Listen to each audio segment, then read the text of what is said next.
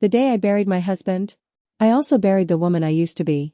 Because at his funeral, while I stood in black, holding my 6-year-old daughter's hand, tears streaming down my face, a woman walked through those doors. She was wearing black too. She had 2 children beside her, a boy and a girl, and I felt my blood run cold.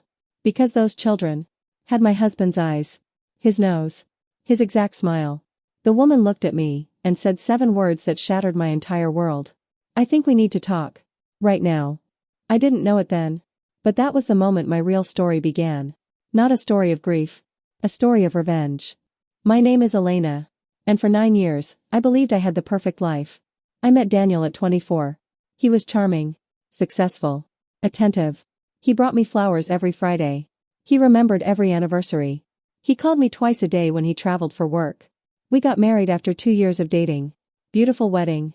200 guests. Roses everywhere. My mother cried happy tears. His mother kissed my forehead and said, "Welcome to our family, Elena.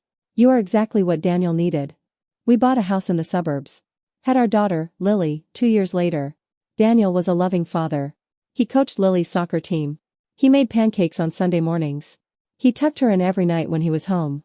I ran a small interior design business from home. Life was beautiful. Or so I thought. The first crack appeared 3 years ago. Small things. Easy to ignore. Daniel started traveling more for work. Monday to Thursday, every single week. Big project in the city, he said. Major client. Needs constant attention. I believed him. Because why wouldn't I? He was still calling twice a day. Still bringing flowers on Friday. Still the same Daniel. But looking back now, the calls got shorter. The flowers sometimes came Saturday instead. And once, just once, I called his hotel at night. The front desk said he hadn't checked in. When I asked Daniel, he laughed. "Baby, I told you, they upgraded me. Different building, same hotel group. You called the wrong desk." I believed him. God help me, I believed him. 14 months ago, Daniel got sick. Heart condition. Sudden. Shocking. Completely unexpected. The doctor said it was genetic. That it had been developing for years. Daniel went from traveling executive to hospital bed in 3 months. And in those 3 months, he never once mentioned her. He never once confessed. He held my hand every day. He told me I was the love of his life. He made me promise to be strong for Lily. And then, on a Tuesday morning in November, Daniel died. He was 41 years old. And he took his secrets with him. Or so he thought. The funeral was on a Friday. Exactly 1 week after Daniel passed. I remember every detail of that morning. Lily wore a navy blue dress because she said Daddy didn't like black. My mother held my left arm the entire time.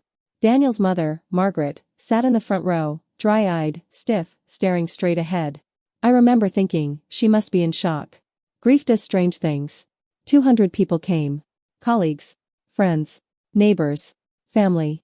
Everyone had something beautiful to say about Daniel. Such a good man. Devoted husband. Wonderful father. I stood there absorbing every word, feeling both proud and completely broken. The service was almost over. The pastor was giving his final words. And that's when the doors opened. I didn't turn around immediately. Late arrivals weren't unusual. But then I heard it. A murmur. Quiet at first. Then spreading through the room like fire. I turned. She was standing at the back of the church. Tall. Dark-haired. Beautiful. Wearing a black dress and a pearl necklace. Beside her stood 2 children. A boy, maybe 10 years old. A girl, around 7 or 8. And I felt it before I understood it. That cold, creeping feeling in your chest. When your body knows something your mind refuses to accept. Because those children, that boy especially, was looking at Daniel's photograph at the front of the church, with tears running down his face. Like he had lost his father.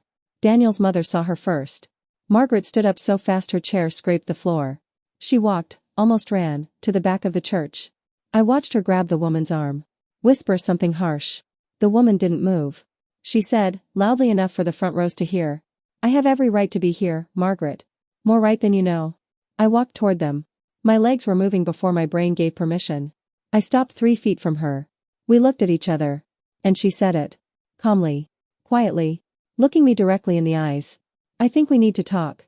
Right now. I'm sorry, but I'm Daniel's wife. We've been married for 12 years. The church went completely silent. My mother gasped behind me. Lily tugged my hand and said, "Mommy? Who is that lady?" And I said nothing. Because the world was tilting. And the man in the casket, the man I had buried today, was not who I thought he was. Even knowing what he had done, he had still tried to protect her. Rachel looked at me carefully. The amendment was filed 6 weeks ago. But Elena, wills can be contested. Especially when there is evidence of undue influence. I looked up. Meaning? Meaning, Rachel said slowly, if Margaret influenced Daniel to change that will while he was medically vulnerable, we can challenge it. And potentially win. I sat back. Thought for a long moment. How long would that take? 6 months. Maybe less. I nodded. Start the paperwork. 3 weeks after the funeral. I called Caroline. She picked up on the second ring. I wasn't sure you'd ever call, she said. Neither was I told her. But I've been thinking. We were both lied to. We both have children who lost a father.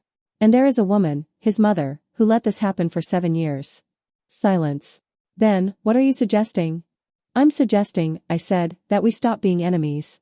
And start being the two people in this situation who actually deserve answers. Another silence. Longer this time.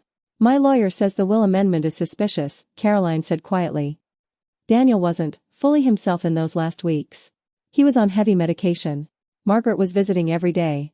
My lawyer says the same thing, I said. We were both quiet for a moment. 2 women. Sitting in 2 separate houses. Both betrayed by the same man. Both targeted by the same woman. I have his emails, Caroline said suddenly. From his personal account. He left his laptop at our apartment. I have 3 years of correspondence with Margaret. Things she asked him to do. Things she helped him hide. My hand tightened on the phone. Caroline. Yes?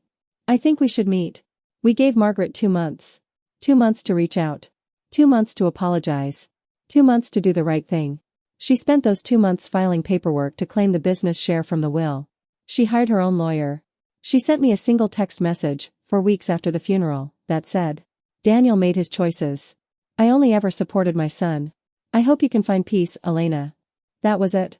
That was her apology. So on a Thursday morning in February, Rachel filed the will contest. Citing undue influence. Citing medical vulnerability. Citing new evidence, the emails Caroline had provided.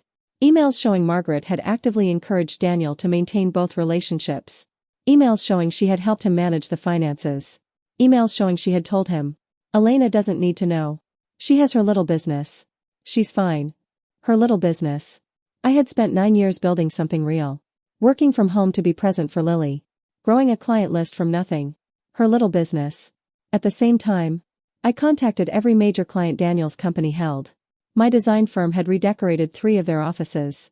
My reputation was solid. His business partner, a man named Greg, had already told me privately he was uncomfortable with Margaret's sudden involvement. I asked Greg one question. If Margaret was removed from the business equation, would you consider a restructured partnership?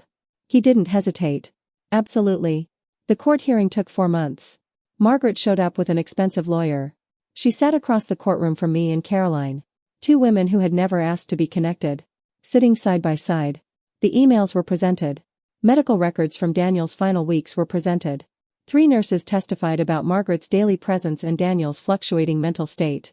Margaret's lawyer argued. Deflected. Reframed. But emails don't lie. And juries, even in civil cases, don't like grandmothers who watch their sons deceive 2 women for a decade. And say nothing. The judge ruled in our favor. The will amendment, overturned. The original will, restored. Margaret received nothing. It's been 14 months since that funeral. Since those church doors opened. Since the world I knew ended. I won't tell you everything is perfect now. Lily still asks about her daddy sometimes. I tell her he loved her. Because he did. That part, I believe, was real. Caroline and I are not best friends. But we are something neither of us expected. We are allies. Our children have met 3 times now. Lily and Sophie are cautious around each other. But they share a father. And someday, when they are older, they will decide what that means. My design business? That little business Margaret dismissed? I signed a contract with Greg's company last month. Full interior redesign of their new headquarters. The biggest project of my career. And Margaret? She called me once after the verdict. You destroyed this family, she said. I thought about that for a long moment. No, Margaret, I said. Your son built this family on a lie. I just made sure the truth had somewhere to stand. And I hung up. I don't cry on Friday mornings anymore. I work. I build. I take Lily to soccer practice.